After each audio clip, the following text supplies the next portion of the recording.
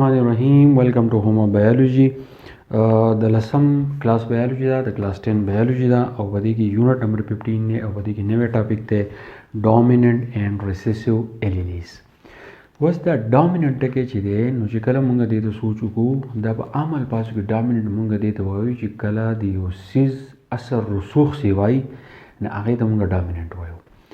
بل د ریسیسیو ټکی چې دی نو د ریسیسیو ټکی مطلب دا دی چې کله یو څیز پټ پاتې شي، چې کله د یو څیز خصوصیت ښکاره نه شي، چې کله د یو څیز پته چاته ونه لګي نو د هغې دپاره مونږ دا ریسیسیو ټکی چې دی استعمالو.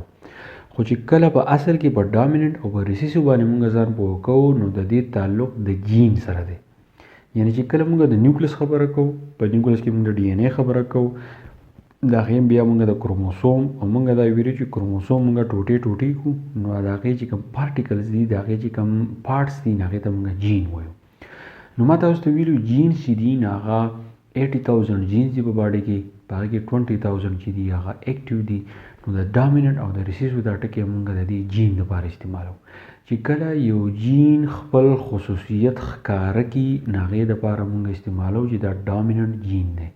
چې کله یو جین خپل خصوصیت پټ کړي، هغه خپل خصوصیت ښکاره نه کړي نو د هغې دپاره مونږ دا ټکی استعمالو چې دا ریسیسیو الیلی ده. بله خبره مونږ دا کړې وه چې یو جین چې دی هغه به همیشه په جوړه کې، یعنی جین چې دی هغه به دوی، او چې کله دوی مطلب دا چې دا جوړه شوه نو په دې جوړه کې دا یو جین چې دی دې ته هم مونږ الیلی وایو او د دې جین دا بله حصه چې دا دې ته هم مونږ الیلی وایو. نو اوس دې ټاپک له راځو چې دا څه وایي. In the heterozygous genotype, one allele may mask the working of other allele. چې کله heterozygous condition مونږ دا ویلو چې جین په جوړه کې دی، په دې جوړه کې چې د دواړو جینز کم دي، د دواړو حصې چې دي چې کله دا د یو بل نه بدلي، مطلب دا دی چې یو جین کې چې کوم الیلی دي هغه خپل اثر شو کوي او دا بل الیلی چې دا خپل اثر نه شو کوي نو دې ته مونږ وایو heterozygous condition. Such an allele is called dominant allele. مطلب څه دی چې جین په جوړه کې نو په دې کې د یوه حصه چې دا په دې جوړه کې د دې جین د یوه حصه چې دا خپل اثر شو کوي او دا بله چې دی خپل اثر نه شو کوي. نو چې کم حصه دا خپل اثر شو کوي نو د دې لپاره چې دی موږ ډومیننٹ الیلی دا ټکی چې دی دا استعمالو. The allele which is masked not expressed is called a recessive allele. او د جین هغه حصه، هغه الیلی، هغه حصه چې هغه خپل اثر ونه ښیي په دې جین پیر کې نو هغې دپاره مونږ د ریسیسیو الیلی دا ټکی چې دی دا استعمالو. The observable outcome of genotype in the form of characteristics is called phenotype. او کوم څیز چې تاسو ته ښکاري یو زموږ سره جینوټایپ موجود دی، مطلب دا چې دواړه الیلی یا یو شان دي یا دواړه الیلی چې دی هغه د یو بل نه بدل دي نو دا چې کوم اثر مونږ ته ښیي نو هغې ته مونږ وایو فینوټایپ. جینوټایپ دا ټکی مونږ د دې لپاره استعمالو چې جین په کوم شکل باندې موجود دی نو دا جینوټایپ دی. خو د دې جینوټایپ د وجې نه چې کوم اثر مونږ ته ښکاره کېږي نو د هغې دپاره مونږ د فینوټایپ ټکی استعمالو، یعنی فزیکل اپیرنس چې دی هغه څنګه دی نو د هغې دپاره مونږ فینوټایپ دا ټکی چې دی دا استعمالو.